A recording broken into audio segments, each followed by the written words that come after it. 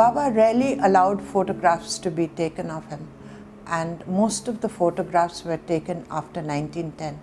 However, there is a photograph of him taken in 1903. This is the young Baba sitting in the Dwarka Mai with his hand on his ear, and he's sitting in front of Duni Mai. This photograph was taken by Kashinath Gode, who also took the photograph of Baba going to Lendi Baug, which I will come to next. He has the glass slides with him. His grandfather came to Shirdi, and he was a photographer, and they have this studio in Pune, and he took this photograph. He asked Baba, and Baba allowed him to take this photograph of his. So this is the young Baba. Most people say that this is Baba in a pensive mood. The next photograph is what I call the Invisible Baba. There was a devotee called Gopal Dinkar Joshi. Every day when Baba used to go to the Lendi Baug, he would cross the Samadhi Mandir, and at the corner where he made a turn to go towards Lendi Baug, he would stop there. The devotees that were there in Satewada would come and take his darshan, both when he went to Lendi Baug and when he came back from Lendi Baug. Dinkar Joshi asked Baba if he could take his photograph. So Baba said, "What do you want to take a photograph of mine?" "Shama, what do I need a photograph for? I don't need a photograph." But he pestered Baba. And then what he did was, the next day, he set up his camera and was quite ready. In those days, it was a big chore to get a photograph. You had to go under the cover and take a photograph. And when Baba stopped so that the devotees could have his darshan, he clicked the photograph. And immediately Shama said, "Baba, he's taken your photograph." Then Baba said to Shama, "Shama, I told him I don't need a photograph, but he could take a photograph of my devotees who are with me. And what do I need a photograph for?" And when Joshi developed the photograph, he was astonished to see that Baba was just there in a luminous form, and only his feet are visible, while the devotees going with him are so well captured in that frame. So this I call the Invisible Baba. The next photograph is Baba sitting on a stone. This was the photograph. It was a small photograph, about pocket size, that was given to Talim and the other two sculptors to make the murti that is in the Samadhi Mandir at present. And from this small photograph of Baba sitting on the stone, Talim was able to make this masterpiece. The next photograph, this is a painting of Baba taken with the side view. This painting is of Baba going to Bhiksha. He has a joli slung on his shoulder, and he's going to Bhiksha. And this painting was originally in Malsapati's house. The next photograph, this is the photograph that I said was taken by Kashiram Gode, who has a studio in Pune. He has a glass slide of it. It is Baba going to Lendi Baug, and here he is resting against the house of Pilaji Balaji Guru. On Baba's left side is Gopal Rao Bhutti.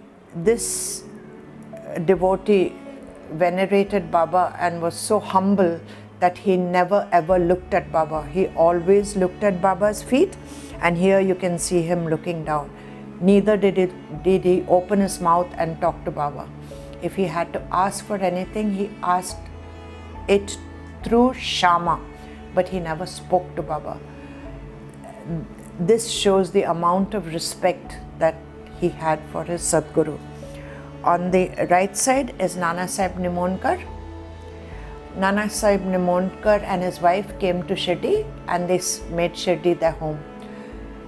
Nana Sahib has the good fortune of being there when Baba had his Mahasamadhi, and Baba had sent the devotees home at that time.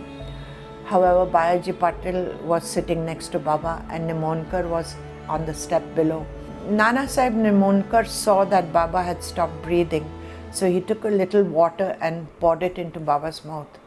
The water came out, and Bayaji Apakote, who was sitting next to Baba, cupped his hand and he got the water.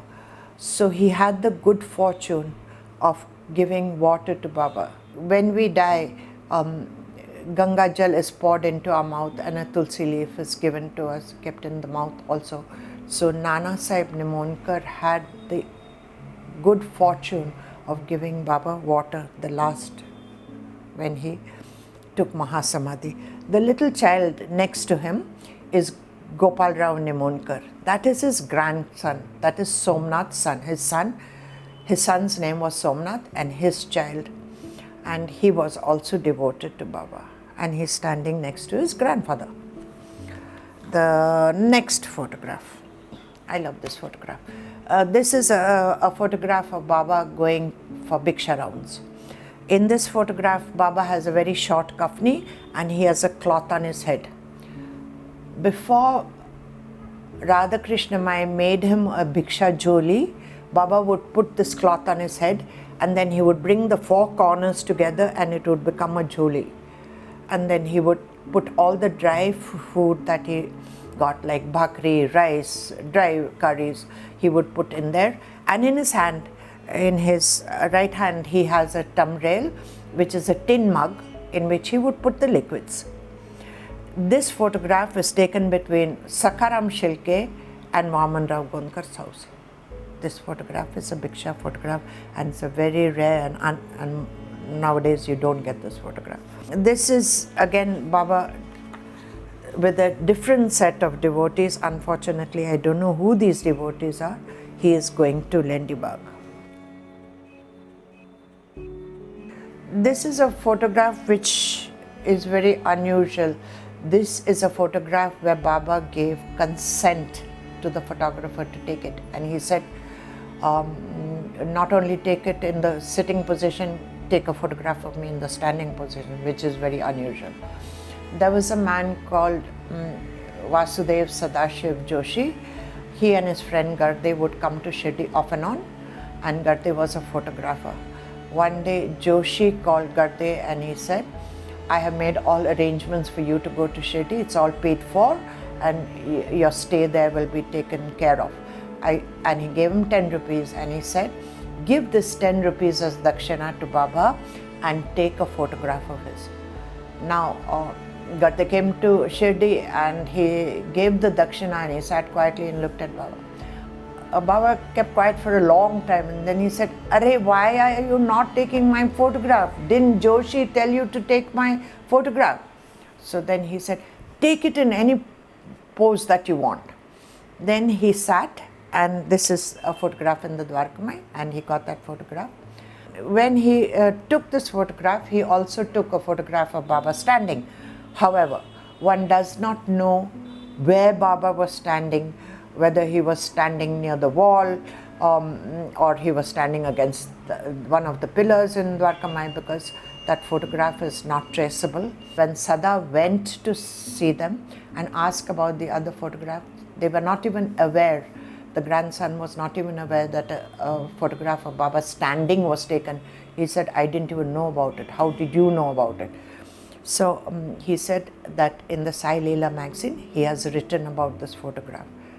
The next photograph, this is in the museum. One sees Malsapati, Baba with his feet outstretched and a little boy resting, lucky boy resting his head on Baba's chest, and Shama. Baba usually sat with his feet outstretched, contrary to what people think that he sat in Dwarkamayee pose, in the Dwarkamayee pose. He sat with his feet outstretched, and when he saw someone coming, depending upon their devotion and their intent, Baba either withdrew his legs or he let them do namaskar to his legs. So when he was pleased with the faith and the purity of the soul of the devotee, he would allow him to massage his feet, which were outstretched. Shama, of course, is just sitting next to him, and there's Malsapati on the other side. This photograph is in the museum, second floor, and so is the next photograph. This is a photograph of Baba with a book. Baba did not read anything. However, this is a photograph which is an original photograph. It is in Dabholkar's house and it is published in the first Satcharitra. The caption says, Baba has Tukaram's Gata in his hand. Baba had this photograph must have been taken at Guru Purnima.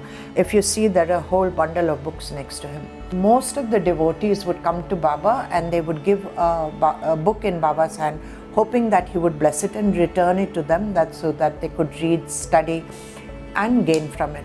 But what Baba did was he would take one person's book and give it to somebody else. For instance, the example that comes to mind. One astrologer came to Baba and he gave him a book. Baba took the book and gave it to Butti. And Butti learnt astrology because Baba had given him that book. So when it's a religious book, just imagine how people must be studying the book that Baba has given to them, which they didn't even expect Baba to give. So he's got Tukaram's Gata in his hand. And there we finish the original photos of Baba. They are beautiful photographs, and one must love them. I don't know what one must.